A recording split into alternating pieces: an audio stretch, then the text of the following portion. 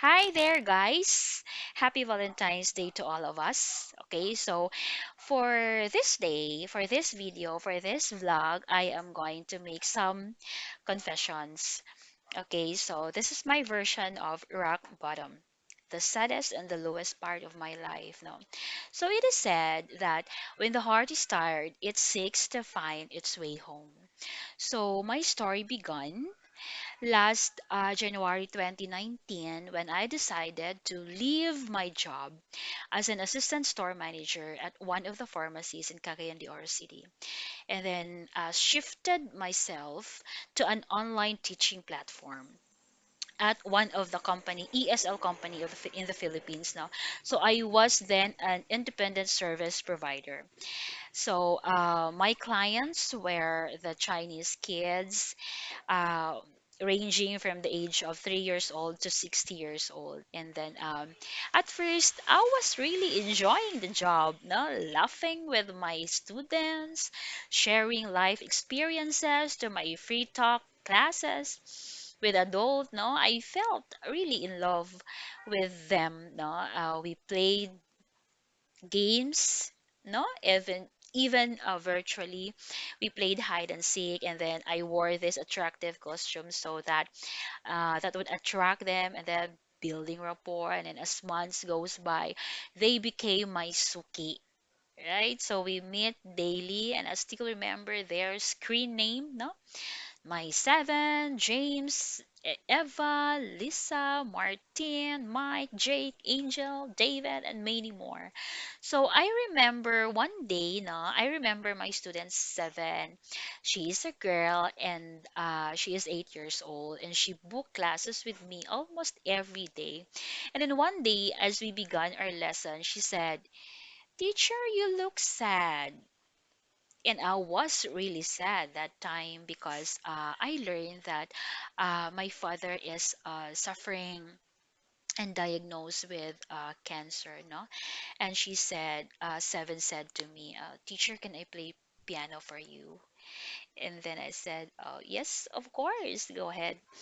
And as she began playing the music, no, I was crying so much during our class. And she said, "Teacher, it's okay, teacher. Teacher, don't be sad." So, and after our class, I continued crying. No, there was that was really very sad, knowing that your father is in pain. Okay, and then I realized that no matter how I work hard to earn a higher income, it ain't enough. It ain't enough to find to. It ain't enough to suffice all the expenses at home and also in helping my parent in need, right? So had a lot of regret. Why did I left that stable job that pays me higher than what I earned as an online teacher? No, so during those times also, um, I was applying at the Department of Education as as a senior high school teacher, no, ABM. But it's not easy to get there. Everyone knows it, no? It's not easy to get a teaching job. So you need to go through plenty of sacrifices, plenty of trials, difficulties, you know it.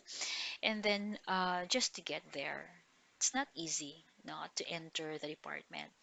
And it is one, no, it is one of the requirement that a requirement of the job as an academic strand, no, that a teacher applicant must have an MA or a master's units. Okay, so I enrolled myself to one of the universities in Cagayan de Oro City. Mm, It was June 2019 when I started my MBA classes, face to face pa yon. Okay, so every Sunday, I would go to school to attend my classes from 8 a.m. to 4 p.m. And after the class, I would immediately go home and then for my air class na naman, for my online teaching. And that was from 5 p.m. up until midnight. Right? So that was my routine for how many months. And then in order to earn more, I would open all slots so my bookings would increase, and so with my income, right? So every Saturday and Sunday, weekend ng China din yon, and then every wherein kids stayed home, so I am fully booked every Saturday, and then I would start my classes every Saturday from 8 a.m. up until the evening, with only 3 minutes break, no, at most 30 minutes break at lunch. So with the sweats, no, with the sweats, the pamamaos ng boses, because my room was not air conditioned. Okay, so pamamaos ng boses because um I do a lot of talking, no, to engage my students, especially my toddlers. No, I have to sing songs so they won't get bored. So the job was really tiresome, enjoying but tiresome. So also, aside from my job as an online teacher, I still have to prepare, I still have to study and comply all the requirements needed for my master's degree. So especially in preparing presentation, no, I have to do plenty of research so I can present the topic very well. So I always aimed for perfection, which is wrong. Okay, there's no such thing as perfection. Okay, so I made sure that I would prepare the best presentation, and then also with my online teaching, no, entering the before entering the air class, no, I would have to study first the materials so I could explain the topic very well, no, to my students, and that was my routine for nine months.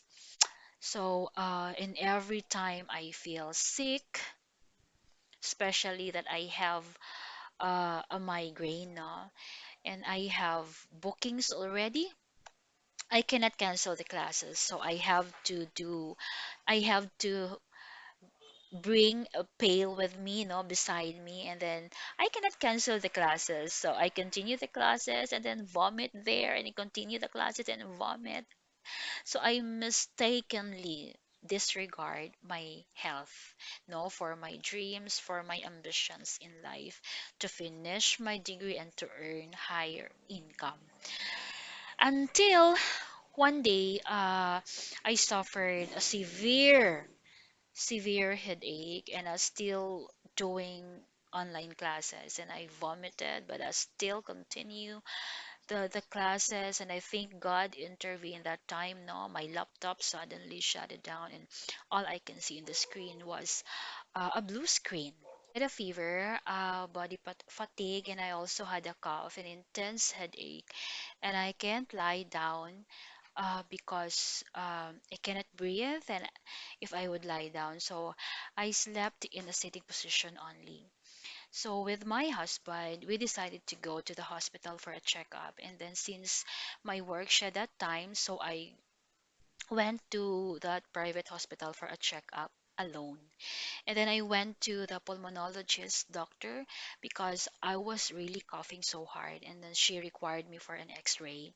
And then as I brought with me the result, no, of my x-ray, the film, so I go back to the doctor, and then she was asking me, are you still okay? So your lungs got a plenty of fluid, and then like hapit naman po, no, in vernacular. And then as I was sitting, no, I asked my doctor, Doc, can I take diuretics only? I mean, pwede ba, Doc, tablitas lang muna pang paihi to get rid of fluids in my lungs? And the doctor said, no, you have to undergo surgical procedure. And with a teary eyes, and I asked the doctor, can she refer me to a public hospital? And then, because I don't have the money that time, since my father is under medication, and then also medication for his cancer, and also my sister is admitted for low hemoglobin, no? So I was so confused at that time now, and the doctor told me that she can refer me to the public hospital, but I have to make sure to go to that public hospital the soonest because my condition was really serious. So I felt like trembling. I cannot understand. I cannot understand why are these things happening to me that time. No, I was crying all along, and I called my mother, and then told her my condition, and then my mother was also crying, and she was confused. No, um, iwan ba niya yung father ko, and then attend to me. No, but she made a promise that she would be with me all the way, and then as I was confined at a public hospital, full of hope that I can survive this. My first surgical procedure was done immediately, and then they extracted 1.5 liters of fluid, no, so they inserted a needle, no, in between my ribs to suck the fluid in my lungs, and then after the first procedure I was requested for an ultrasound, another ultrasound. So 2 days later, they found out that again my lungs is almost full na naman ng fluid. So the doctor was wondering, bakit ang bilis dumami ng fluid, no? Sa lungs ko. What's the cause? Parang ganon. I needed to undergo another surgical procedure to get that fluid again in my lungs. So, and after the second operation, parang naubusan na talaga ng fluid ang lungs ko, and it cannot pump anymore. So I could not breathe. So I was telling my mama, tabang ma, dili na ko makaginhawa. And then my mom was running to the nurse station seeking for help. And she was crying then, and the oxygen tank was there, and gi-oxygen ako that time, no? Kasi ang hirap huminga, parang ganun na lang yung breathing ko. So, they called the doctor, and the doctor said I have to be nebulized until mabalik yung normal breathing ko. So, you just can't imagine 10 nebules po yung naubos ko just to normalize, no, yung paghinga ko. So, but I did not close my eyes during those times na hirap na akong huminga. I still remember, no, I have to live. No, parang, no, I cannot die. Parang ang bata-bata pa ng mga anak ko, so I should live. So I was praying, Our Father in Heaven, holy be your name. Parang ganun na yung paghinga ko. Tapos my mother was afraid and she was crying, and then I told her, please, don't panic, kasi natatakot din ako na baka dadalhin ako doon sa ICU. So I told my mother, please don't panic, makaya maulian ra ko ani, parang ganun. So it was really a terrifying experience, no. And then during those times, naka-oxygen na po ako. So, sa room kasi namin, ward yun, we are 9 patients. And then, parang lahat sila naka-oxygen, ako lang tong hindi. And at that time, in-oxygen naman ako kasi hirap na talaga ako sa paghinga. So, so, one Sunday evening, nung nag-rounds na si Doc, sabi niya, natagalan daw siya sa case ko kasi daw negative naman ako sa tuberculosis. Bakit daw ang bilis dumami ng fluid sa lungs ko? So, she was asking me another laboratory, chest CT scan. And then, bakit daw ganun kadali, no? Bakit daw ganun kadali dumami ang pleural fluid ko sa lungs ko? So, he made a request for me to undergo chest CT scan. Kasi, pag may nakikita doon, makemo daw ako kaagad. Bata pa daw ako, I have a big chance to survive. So, I was rubbing my hands like this. I was like, why is chemo mentioned? Uh, Cancer po ba yung sakit ko? But then, I did not utter any words. Parang sobrang natatakot ako that time. So I was just rubbing my hands like this. And then we were crying after the doctor left. No, we were really crying with my husband. And I cannot understand that time bakit nangyayari ang lahat ng ito. So as I was looking at my cell phone, as I was looking at my cell phone, and I saw the picture of my kids, parang ang babata pa nila para mawalan ng mama. So sabi ko, I have to leave. But I don't want to undergo chest CT scan or whatever, chemo or whatever, because during that time, wala talaga akong pera. Kaya nasa public hospital ako lang, wala talaga akong pera. I cannot afford the chest CT scan kasi yung chest CT scan hindi available sa public hospital na yon. So I need to go to a private hospital to be um, just to get that laboratory request. So hindi talaga ako nagpapa chest CT scan. And then at the hospital, no, parang as I was sitting the whole Sunday night, wala pa akong tulog. L- Lagi lang akong umiiyak with my husband. I told myself, ang unfair naman ni Lord. Palagi naman akong nagdadasal. Bakit nangyayari ito sa atin, no? Parang yung mga anak natin ang liit pa, tapos my two kids kasi they're both vulnerable kasi yung yung eldest ko asthmatic siya, tapos yung youngest ko naman na girl 8 years old pa, parang ang bata pa talaga to lose a mother, no? So I was crying all along, and I told myself that I will never go with the chemo or whatever request. No, I won't talaga. So my brother and my sister-in-law was coming, and they were traveling from Kibaho, Ibaquinando, Cagayan de Oro City, because also my sister and my brother-in-law, they were there, no, because my condition was really serious, and I was crying lang, and they were hugging me that time, and I was just crying. Ah, may mga times talaga sa buhay natin na parang wala ka nang maisip, and then all you can do is to cry, to express ba, to express the pain, to express your sadness, no? So during those times na parang binura ko na yung picture ng mga anak ko sa cellphone ko kasi I cannot imagine leaving my kids in that condition. I was parang nawala na po ako ng balanse that time, and then all I can do is to cry lang talaga. And I was reading the scripture because I brought with me my Bible, no? So I was reading the Bible.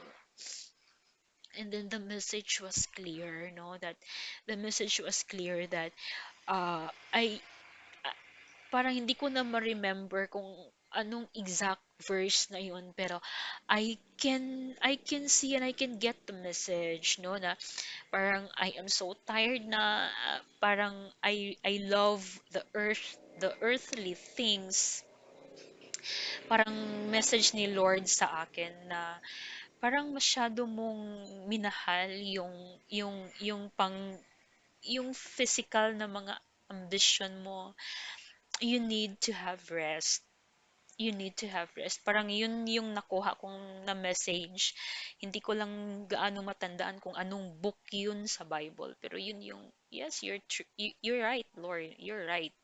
I was really ambitious. I was really I was really trying to augment, no, the life that I used to have, no, because everybody knows, no, some of those, no, who knows me, where I came from, and I really wanted to shift, no, the life, no. I want I want to um I want to give the best life for my kids. So that was my vision, no? Na ano yung hirap na pinagdaanan ko sa buhay, dapat hindi na maranasan ng mga anak ko. At saka, siguro all parents, no, ganun din yung motto or yung vision or yung mission niya sa buhay nila. So, bakit pa? So, anong silbi ng lahat ng mga sacrifices ko kung mawawala lang naman ako? So, parang ganon. So, I was crying all the way. And then I was really asking God, Lord, you cannot get me. Yes, Lord, you cannot get me. Marami pa akong gawin. So, I was really fighting back with God na, Lord, I did this for good.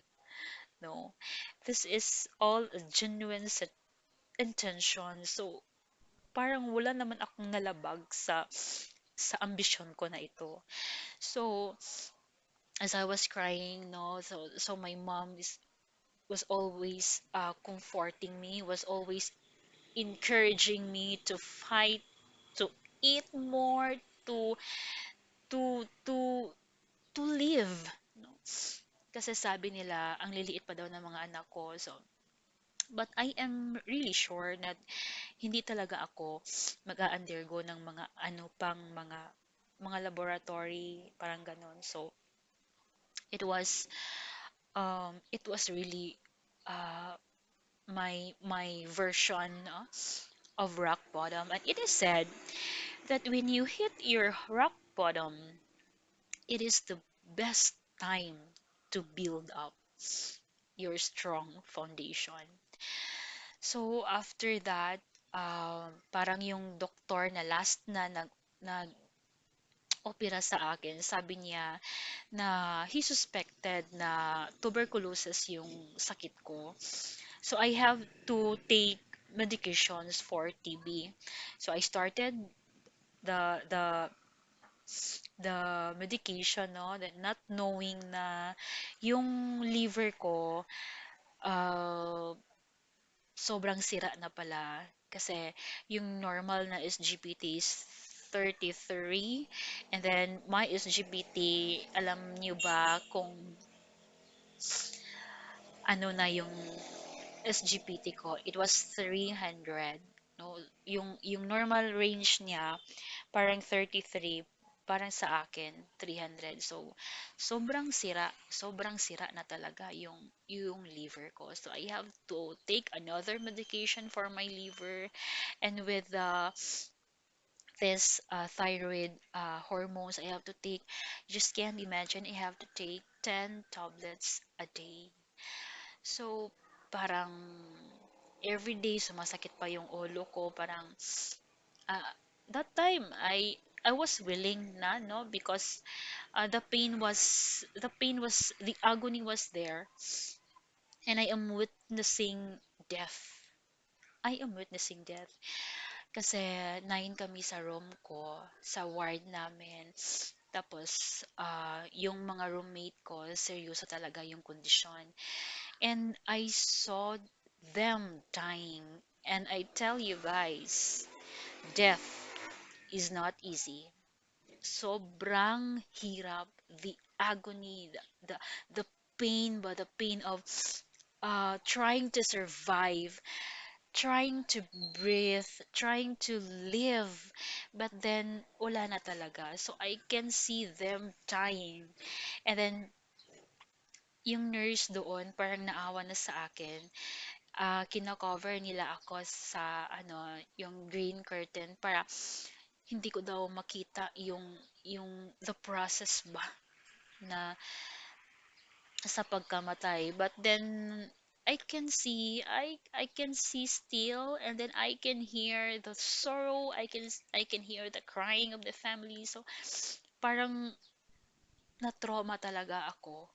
So at the next week, no, the doctor said the doctor visited me, and then I was really begging, Doc, uh, can you release me, please? if I may, I would just have to sign a waiver or what. Sabi niya, I'm sorry, Miss Panoy. I cannot send you out. Your recent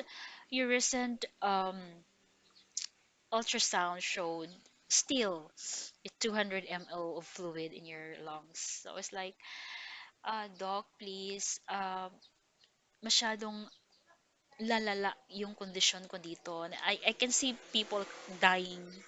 Tapos, ang init, ang baho, you know, parang hell yun eh.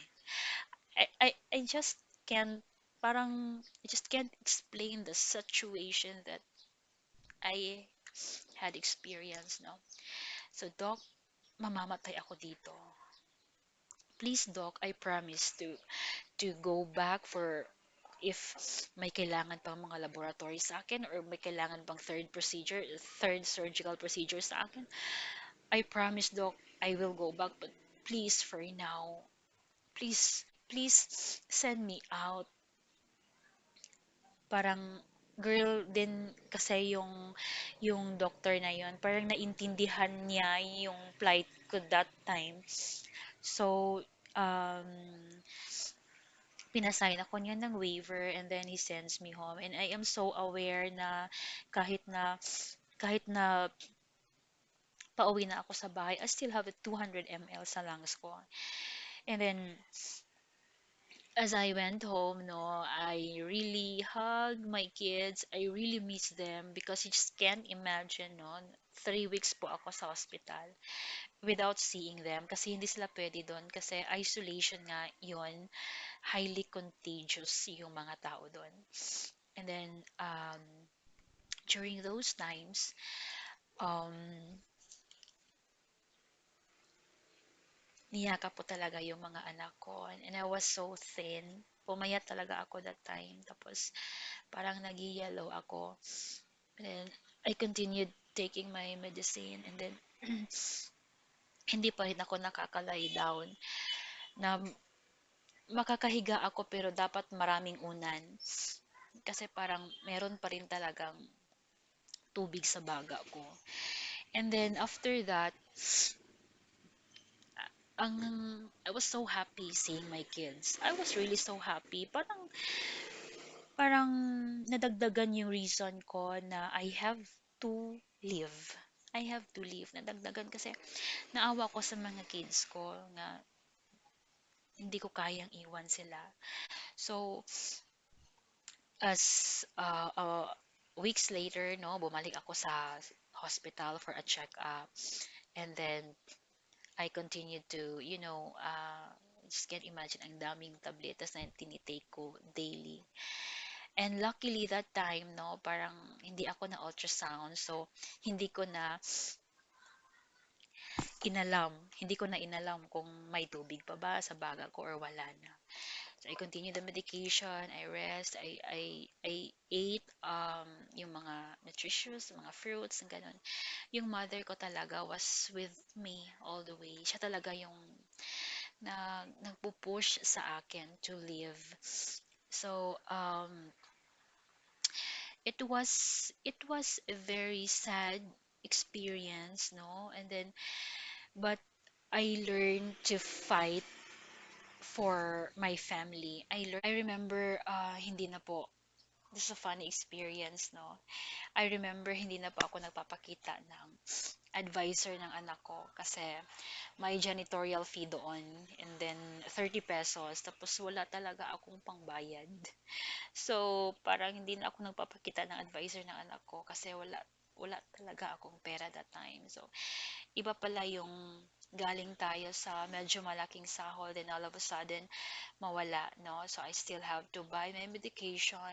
So sobrang hirap talaga that time. So January 2020, I received an invitation from a friend inviting me to be the GO of San Fernando, Bukidnon. Ginrab ko agad talaga. Kasi um, wala na talaga eh. Wala na akong income. So, I remember from a very far-flung barangay of San Fernando, yung pamasahe ko from San Fernando, ay yung pamasahe ko hanggang Malaybalay City lang. So, I stayed at Malaybalay. You just can't imagine ha, white rabbit candy lang yung kinain ko. Yun lang yung laman ng tiyan ko. And kasi walang-wala na talaga. And I called my husband at humana pa siya ng mahiraman ng pera, no, para sa pamasahe ko from Malaybalay City to Cagayan de Oro. So as I ride the bus, I was crying so much, no, kasi hinahina na ako, gutom, my head is aching, ang lungkot lang isipin, bakit nagkaganito ang lahat, no?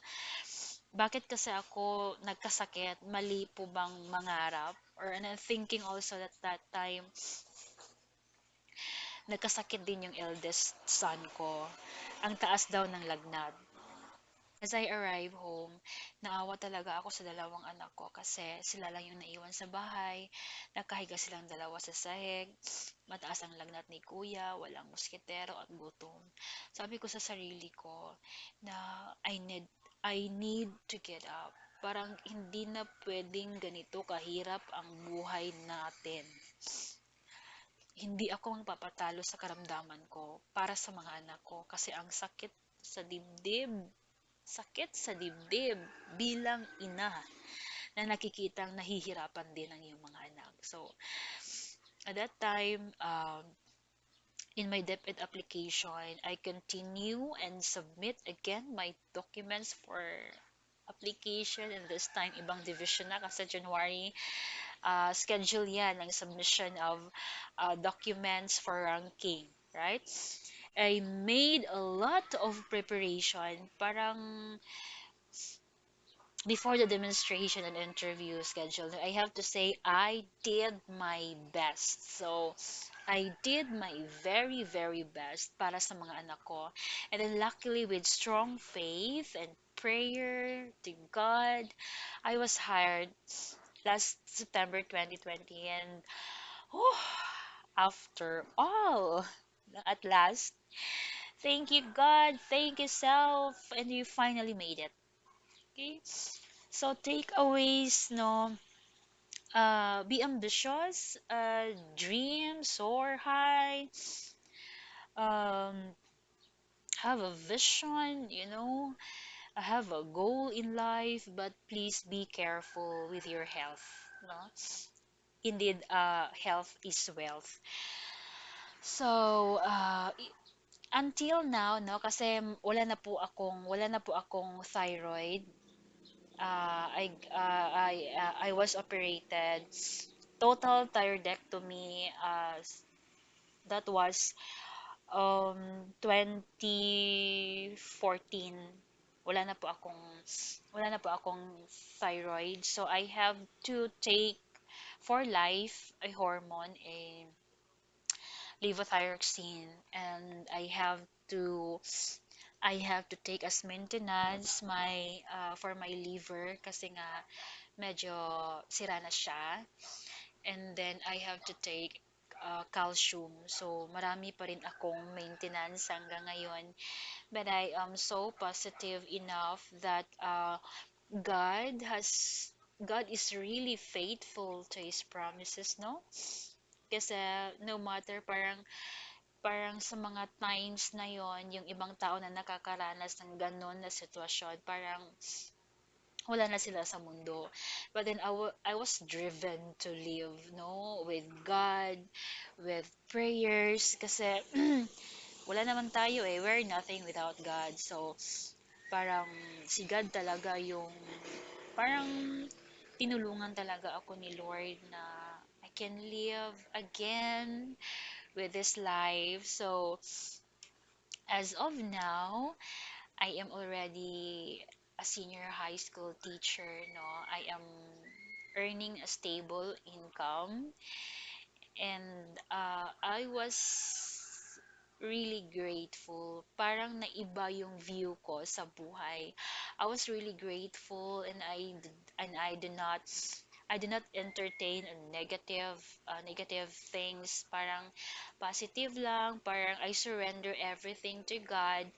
Tapos parang Lord, every day as I wake up, Lord, I entrust to you everything. Parang, Lord, ikaw na ang bahala sa lahat.